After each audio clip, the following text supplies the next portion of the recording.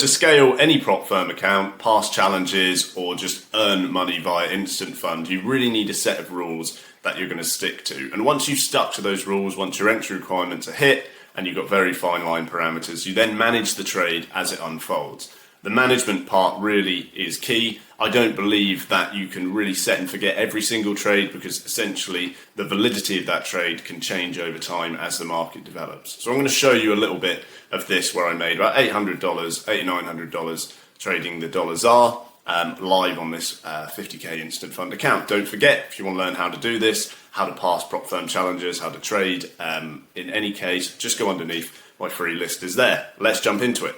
To the $ZAR, quite an attractive trade I like at the moment. My stop loss and take profit parameters I will configure in a second. I know I want my take profit about there. I think my stop loss is probably going to sit somewhere in here, I would imagine, giving us a risk. I would prefer to have around about $1,000 or so. I think I'll just pop that up a little bit more. Okay, so I'm going to get long. Doing this via my instant fund account.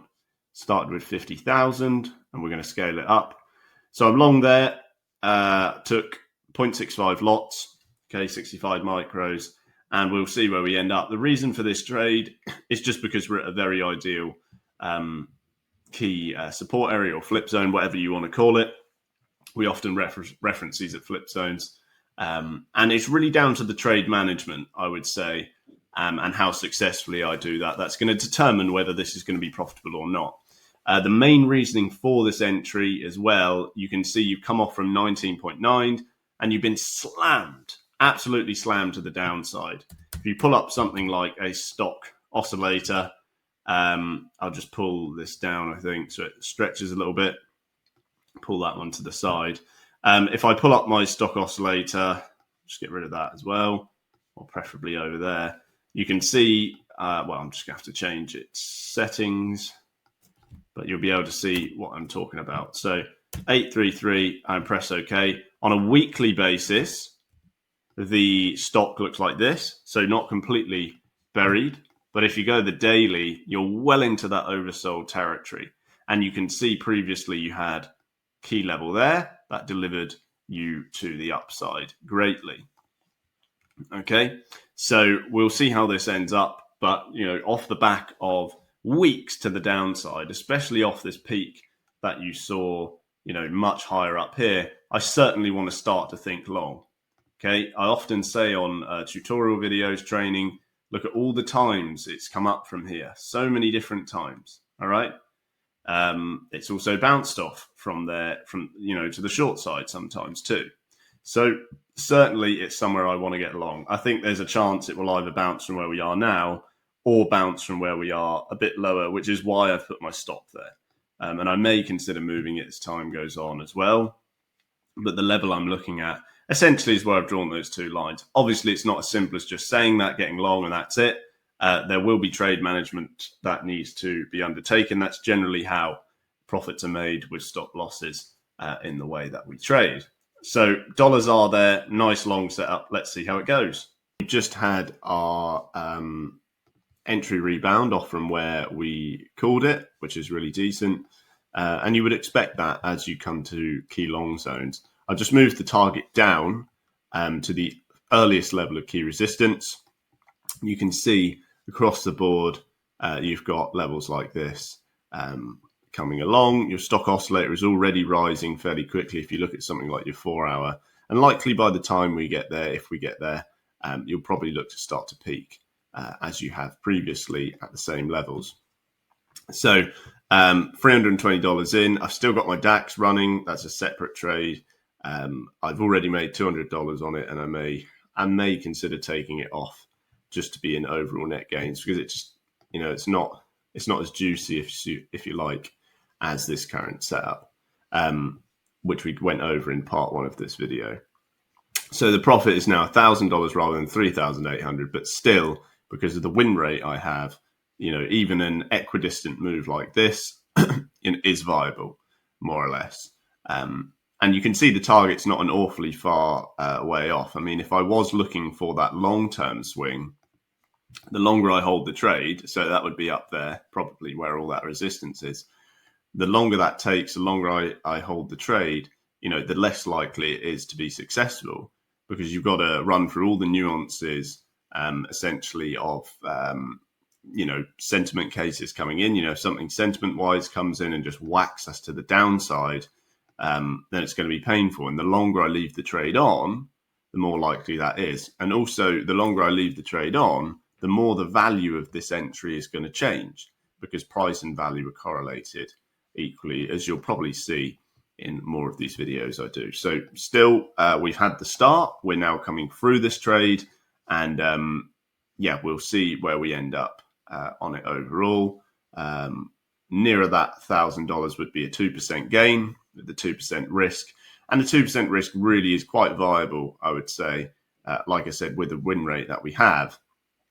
But on a balance of 50,000 instant fund, that's really probably the most you want to go, just to stay safe, or as safe as you can, particularly with some of the rules that different prop firms hold.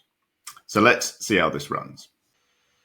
So this ZAR trade, now moving along a bit, just thought I would add this bit in because we had, there's a war sort of going on with Powell and Trump. Powell saying a lot about not wanting to cut preemptively. In any case, you've seen a bit of dollar strength on Dixie, translating into the US dollar ZAR as we go into London session Thursday morning about 8:30. So going into this trading day, I don't think particularly that is going to hold. I think really it will stretch. You have had some sort of a kickback from that local level there. You can see it like that.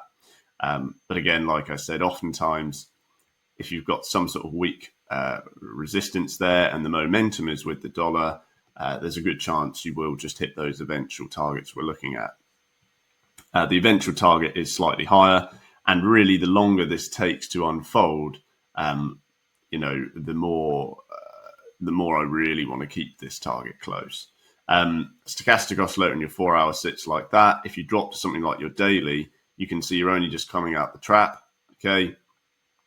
And you can see really where I've drawn that resistance. It's very early on, so it's an early target. But we'll see how it unfolds. It was just because we had a bit out of the Fed last night. Didn't really cause an immediate push to the upside. Like I said, really, it came over here. So you fell a bit going into the Fed speak, and then you come up, then it just wanes into the early evening. And then now you just had the drive to the upside into this session. So really finding that US dollar strength. So I'm going to hold that target, and we'll see where we get. I probably could squeeze a little bit more, depending on the momentum at the time. And I may consider moving my stop up just to lock in gains. But we will see how this trade ends up. So after an initial dawdle, we're now seeing a lot of positive strength coming into the market, mostly in the direction of risk on. You're getting a lot of strength flowing into your US dollar, and that's affecting the ZAR accordingly, or the US dollar ZAR pair. So as you'll know from watching this series, I've taken this long. I'm $500 up, looking for about $1,000 as a target on this asset. I took a little bit of a risk-averse SPX short just in case, and I've got another pending position to come. But it looks like we're well on the way to target, and we may close out. So my dollar ZAR is coming right up to target now, near enough $1,000. I think what I'll do is I'll look for a calculated exit on some. My dollar ZAR is almost at target for coming up to $1,000. The swaps we've lost $100 on, which isn't too much of a problem. I may consider actually just stretching this take profit a bit higher because of the speed at which the price is moving. I'm sitting on the 5-minute now, and I'll probably kill it off in a second, but it would be good to get some of that swap back. I took a couple of entries here. I think this euro pound might have been a bit early, so I've placed another bid slightly lower with another entry. And I've got some SPX on here with a light risk because, again, that trade looks, sort of more risky than the one that we've taken. But that is the ZAR. It's going to go for about $1,000 if I kill it sort of now. But like I said, in these cases, when you've got a bit of a strong bullish price momentum, it can be beneficial to sit on lower time frames and just try and milk as much as you can. You can put an in-the-money stop loss as well, so that this cuts if you get some rejection from the key level we were looking at, which it looks like you might be getting now. But this is right on the money and right on the level I wanted. And it's a push essentially from this key level lower straight up. So very well called. And you can see this is our first layer of key resistance, the first test. And that is going to warrant my exit. So like I said, I'm just going to wait and have a look what the reaction is.